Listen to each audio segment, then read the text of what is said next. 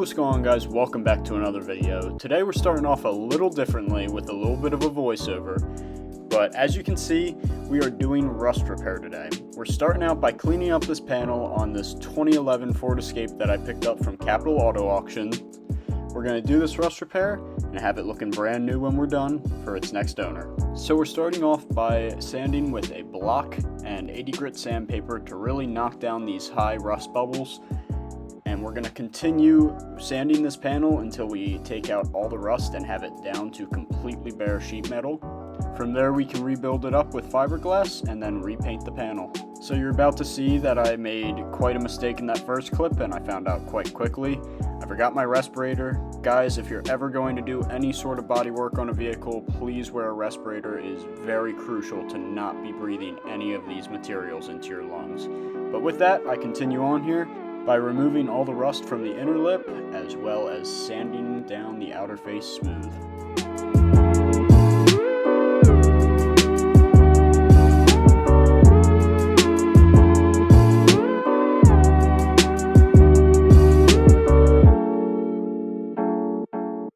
Once I'm finished with my sanding, I take my Tornador air blowout tool and use it to clear the entire repair area of any dust before I move on to this next step.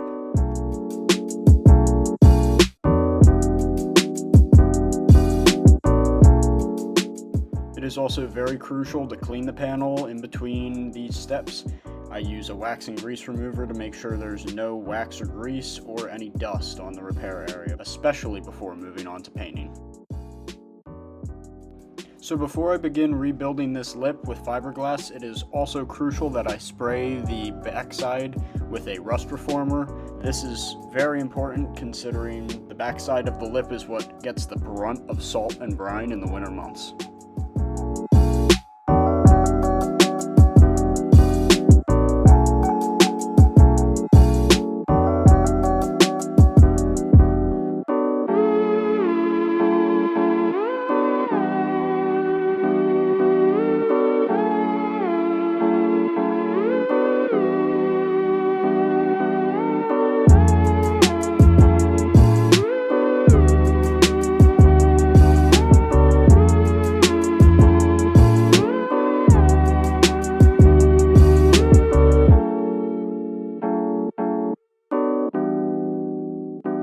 Now it is finally time to rebuild this wounded fender lip. Using Bondo fiberglass strands, I'm able to rebuild this lip and add structure as the metal once did before it rotted out. As you can see by my old local political propaganda sign that I'm using, it's important to have a clean surface to mix the Bondo on. And then a Bondo putty spreader is very helpful for applying an even coat into the surface.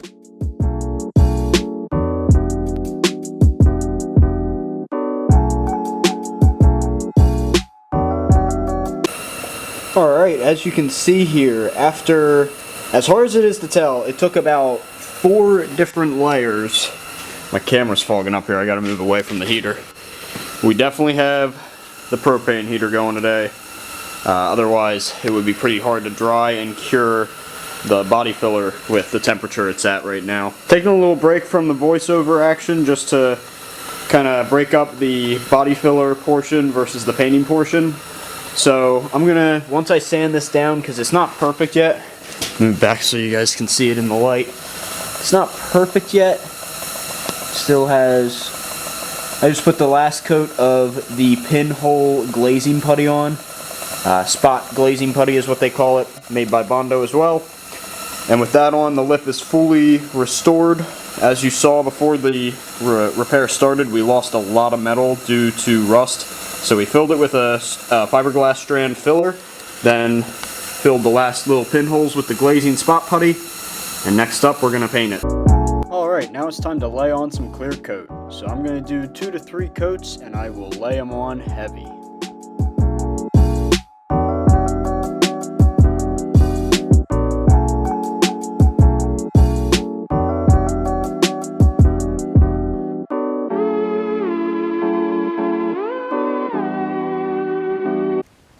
Alright, another break in the voiceover here. We are done with our first step of the painting here, which is the primer. I'm Unfortunately, partially due to the fact that my house unfortunately doesn't have heat right now, the primer did not spray well at all.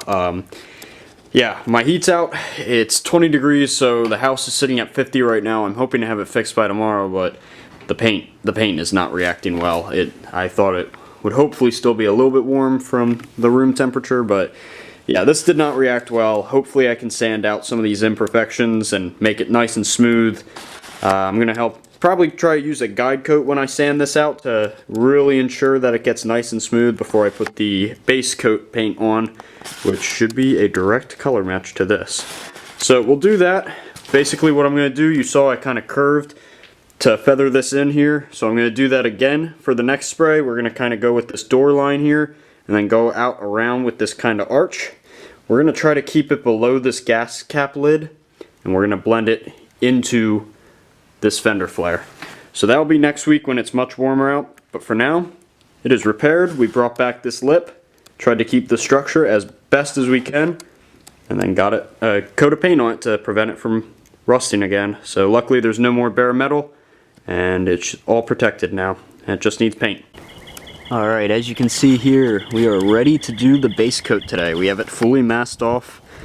Curved paper technique again to try to blend into our 2-inch, or I would say 1.5 inch for this because of just the repair area.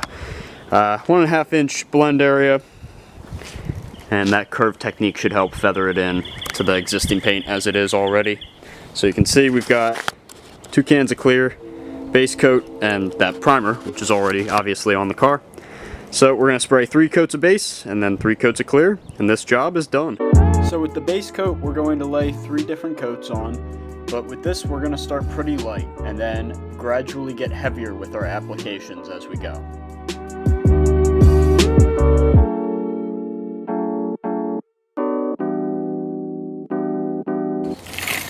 Alright, I'd say that's about coat 1 right there. Just a light coat. We're just trying to make all the metallic flakes land in place and kind of seamlessly blend in with the rest of the paint that's already there. So we'll give it about 10-15 minutes, come back and do our next coat, and then do 2 more of these coats, and then 3 coats of clear. Another thing I did with this body colored paint was touch up a couple of the rock chips that are here on the hood. These escapes are notorious for just picking up rock chips. I did the big ones. There's a lot of little small ones here too. I'm not going perfect here. I mean, this is still going to be a daily driver when I'm done with it. But a lot less noticeable now when you look at the front end. There's not a bunch of rusty looking rock chips. And I just did coat number 2 back here. You can see it's got a lot more color to it now. You can still see over from this angle a little bit of primer underneath. So 1 more coat and that should be hidden up, and this should be about the same shade as the rest of the car, which you can already tell in the sunlight. Even without clear coat, it is very close, the color match, so I'm really excited to take this masking off. Alright, real quick before I lose my sunlight here, the sun's really quickly going to be going down. So here it is, the final 3rd coat. You can see it's pretty close. There's a little bit of a deformation that you can see there, but for the most part the lip held its structure, and the color match is really good. I have to put some clear coat on it still, but it looks pretty similar to the rest of the paint. Obviously in normal daylight it'll be easier to see without these shadows, but I'm pretty happy with it. There you go, you can really see that color there. So yeah, we went from starting out with that big old rust spot right there, smoothed it out, kept that curve and that body line right there, and then sanded it out, smoothed it out again, and painted it. Alright, I'm still pretty lucky here. The sun is still out. That's that daylight savings I was talking about. I love it. No longer getting dark at 4. Got the first layer of clear on there. See, it's starting to get pretty shiny. Looks pretty good. 2 more of those and it should look like the rest of this paint. Nice even finish, well, after I wet sand and correct it. So that'll be next week. I'm going to put the last layer on, or last 2 layers on now. A little bit of sun left, and I'll see you guys next week when it's time to correct it. Alright, 1 week later here, and we are ready to finally wet sand this new clear coat. It is beyond cured. It already looks pretty good. Color match is very similar, but if you get up close here, you can see a little bit of a line from spray. Just even with the looped paper technique, you get a little bit of overspray that can be sanded out, wet sanded out, I should say, but you can see right in the light there, that transition line is what we're gonna fade out into one. We already have it taped off here around the bumper and the gas cap because we don't want to be sanding those. They have good paint. And you can see we didn't even really get that much overspray in the gas compartment. So that's a good thing. We're just gonna have to wet sand this fender ridge here. We've got 4 different sandpapers. We're gonna start with 1500, go to 2000, then we're gonna have ultrafine at 3000 and 5000.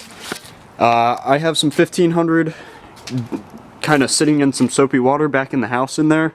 So we're gonna start with that. I have some soapy water in a bottle, as well as some waxing grease remover so we can get all the dirt off of this panel before we start, so we don't get any extra deep scratches.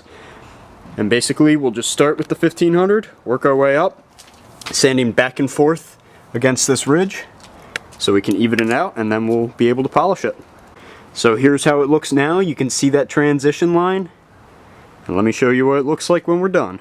Alright, so here we are after all the wet sanding. We have one even scuffed up panel.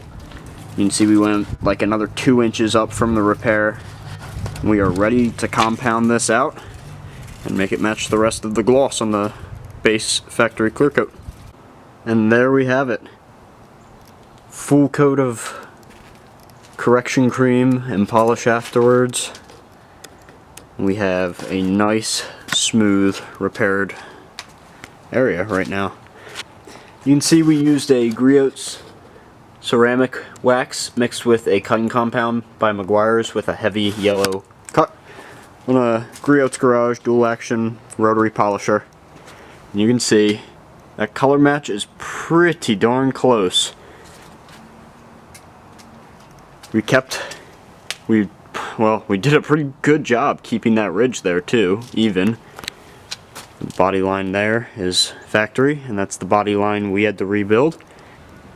Alright, well, it's been a couple of days here with the Escape, and we're ready to finally start the detailing / reconditioning procedure. I just recently polished up these headlights just to make them a bit more brighter so the light can shine a bit better for whoever's going to buy it. Just aired up all the tires as well. And now we are ready to begin on the engine bay detail. You can see under the hood here it has not been touched in a long time. There's a layer of dust probably since this vehicle is new. So we're going to tackle that now, and I'll show you what it looks like when we're finished. And here we go. Here's the finished product. We degreased it, got all the dust out, and then put a coating on all the plastic to prevent it from fading in the future. Overall, making it look more new in here and just all over original and ready for a new owner. Alright, so with the engine bay reconditioned, I want to give this another quick bath here since there's some dust and some dirt on it from body work, and I've been driving around a bit more too. So we'll do that, get the paint ready to be corrected and enhanced, and then we'll move on to this interior today, which is not too bad, but the seats are going to need to be cleaned up and reconditioned. The leather, center console's a little dirty. I already have a couple of the cup holders pulled out over there, ready to be pressure washed. Other than that, it's pretty much ready to go. Just needs a quick clean so I can make it look brand new as possible for this 14-year-old vehicle. It's pretty good looking though, and I think it's not going to take too much to get ready for its next owner here. Just to show you guys the difference here between the new paint on looking at the water beading up there versus somewhere like up here. Just kind of sticks to the paint.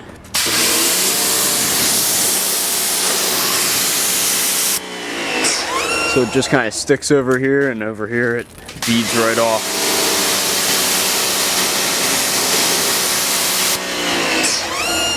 Yeah, that's what you want to see. Almost like a ceramic coating. Alright, so 2 days of detailing later, here is our final product. As you can see, that paint is looking beautiful. It's gotten a full paint enhancement and correction. Those amazing chrome wheels looking nice and shiny today. Clean them up, polish them up as well to get any embedded brake dust off of them. All the chrome accenting looks really good on this vehicle. That's one of my favorite parts about this trim level. Clean the glass and everything. Here's our side that got the repair. Barely even tell. Overall, we have completely refurbished this ride from when we got it a couple of months ago from Philly. Here's the inside. We'll fire it up here.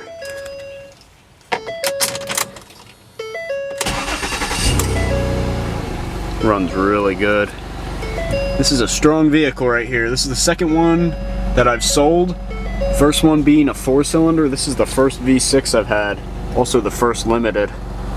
Both 4-wheel drive. Both of these, all these boxy generations of Escapes are pretty reliable, really good in the snow. You can see this one cleaned up really well. Carpeting, not much wear. A little bit of cracking in the driver's side seat, but the color came back great. We did a full refurbish on this leather. The center console, all this piano black. Got all the gunk out. And here's our stereo system. We have, you know, GPS and everything. Dual zone climate control and heated seats. Steering wheel. No tears in the leather really. Around to the back. The back looks like it was barely ever sat in.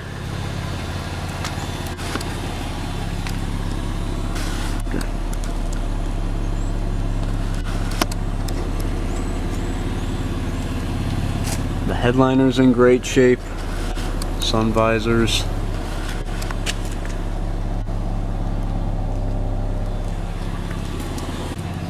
Pop this rear hatch here. See, this turned out amazing as well. All this carpeting cleaned up really well.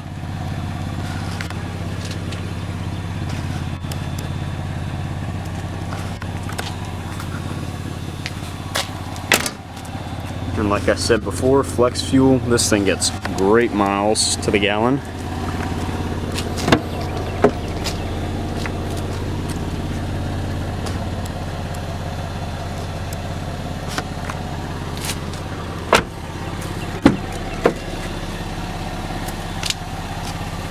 All the door cards are in great shape. Typically they start to fade along this top edge. These are not really doing that yet. This passenger seat is in great shape as well. Here's that center console again.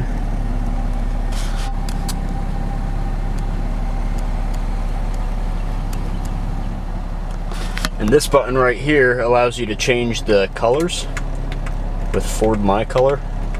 Like that little light blue that we had. So anyway, that is all for our Ford Escape project here. This is another vehicle that we saved from Capital Auto Auction. I say saved, all of the vehicles there are donation vehicles, so they're gonna end up somewhere no matter what.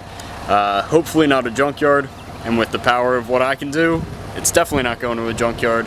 This vehicle is ready for a second chance at life here. It is completely refurbished and it is as new as can possibly be for being a 2011, and it's ready for a new family. If you guys enjoyed watching this transformation, make sure to leave a like for more videos just like this, and I'll see you in the next one. Bye-bye.